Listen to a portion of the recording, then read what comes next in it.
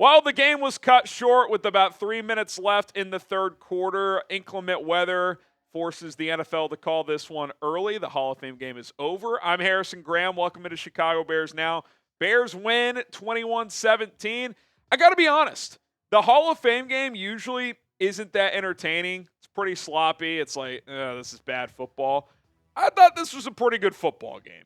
For August 1st, Hall of Fame game, this was fun to watch. So I enjoyed it. And listen, the Bears erased a 10-0 deficit and won the game. So type dub in the comments. Bears win. Inclement weather short game. I don't care. A dub's a dub. Preseason, who cares? It's always fun to be in the win column. So Bears win their preseason opener. Get the dubs going in the live chat. Okay, I got 5 Hall of Fame game takeaways here. The running back 2 situation, I think, is getting pretty interesting. Roschon got the start over Khalil Herbert. I didn't know if either of these guys would play, and they both did. Obviously, they held DeAndre Swift out, who's the starter. No starters played tonight, including Torrey Taylor, by the way, which I thought was a bit ridiculous, but that's neither here nor there.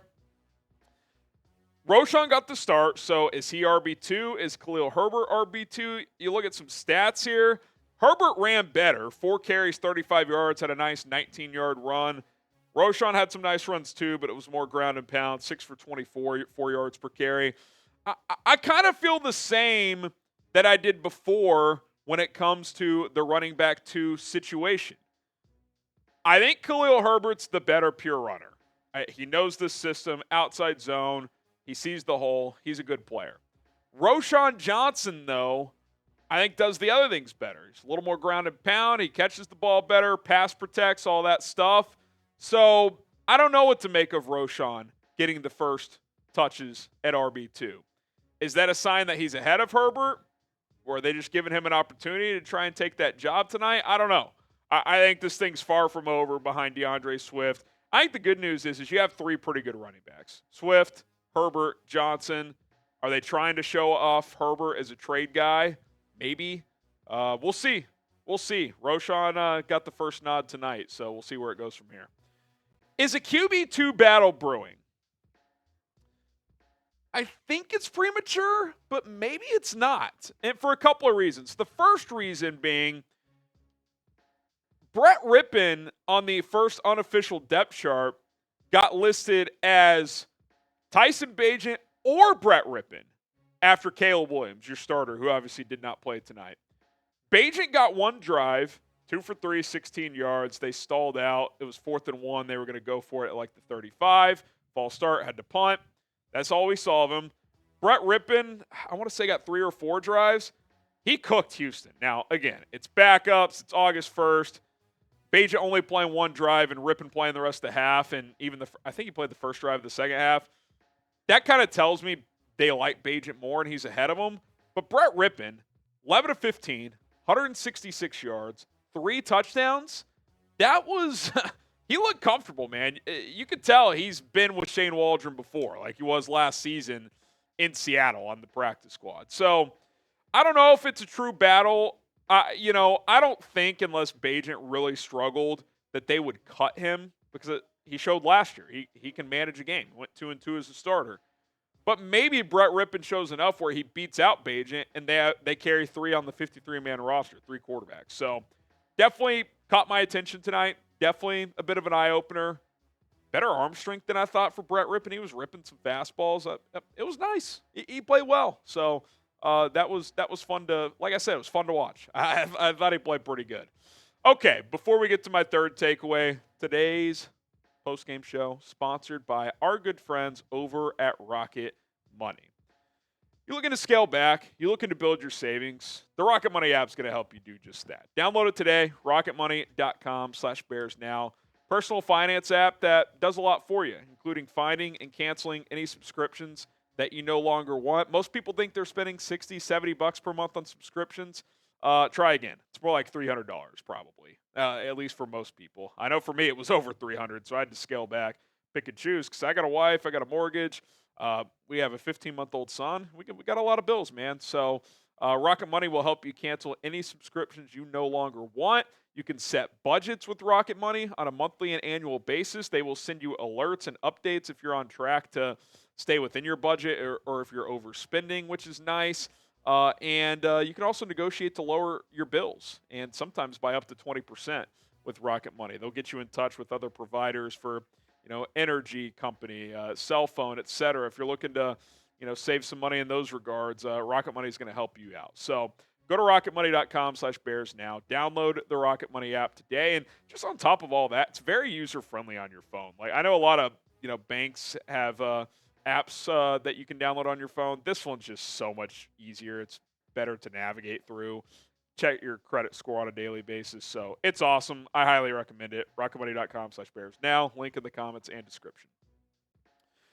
Collin Johnson has my attention. The 6'6" wide receiver who, he's bounced around in the NFL. He was a good player at Texas in college, tore his Achilles a couple of years ago for the Giants. Ends up on the Bears practice squad last year, gets activated late in the season to the 53 due to injuries, and was mostly used as a blocker. But he gives you a different dimension at receiver that none of the other backup depth guys that are competing for roster spots do, and that is size that you can't teach. He's 6'6", 225 pounds. He can almost serve as like an extra tight end too. He's a good blocker.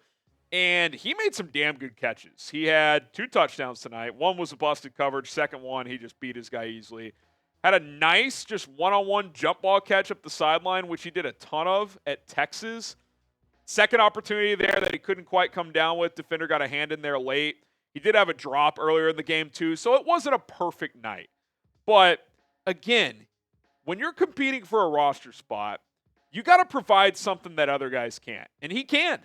His size is very unique. Like, I would be comfortable giving a guy like that 10 to 12 snaps a game and seeing if he can have a big play or two. Be a guy that can block in heavier packages when you're running the football. So, I'm intrigued. I want to see him do more in the preseason, be a little more consistent with the hands. But I'm fascinated to watch him play a little bit more this preseason because you can feel his physical dominance. Like, he's just a big receiver out there on the outside. Be sure to subscribe and join us for all of the preseason games, of course, regular season as well. And I'm speaking it into existence. Postseason game as well. Hopefully the Bears make the playoffs. Live watch parties for every single Bears game this year. We go live an hour before kickoff, have post-game show as well. And, of course, daily videos, news, rumors, reaction to what's happening at camp and everything else with this team, injury updates. Subscribe for free. It is our honor to bring you daily content. Couple more, sticking with receiver. Dante Pettis might be in trouble. I don't want to overreact to one play. But, again, when you're battling to make this team as a receiver after the big 3, you got to play clean football. And what Dante Pettis can provide that a Collin Johnson can't is returnability. Well, he muffed a punt. Can't have it, man.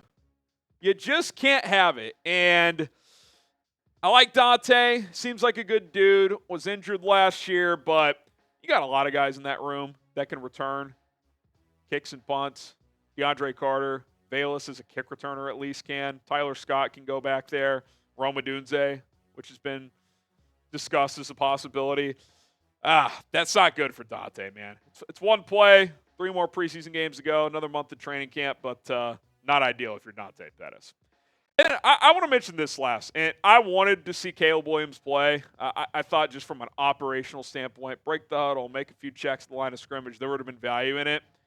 And then I saw how slippery the field was. I kind of forgot that there's always something that happens in the Hall of Fame game. Of course the game gets canceled 2.5 quarters in. I mean, it's always something in this game.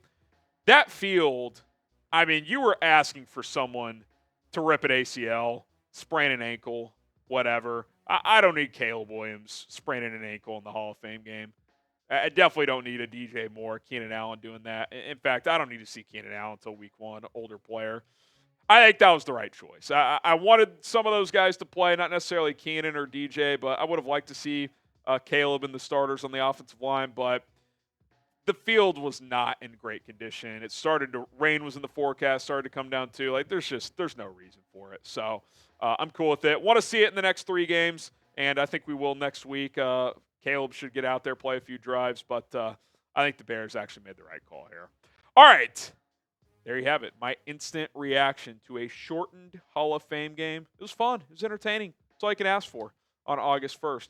We're back. Bears football is back. We'll be live tomorrow as well, Friday afternoon. Be sure to join us. Hit that subscribe button.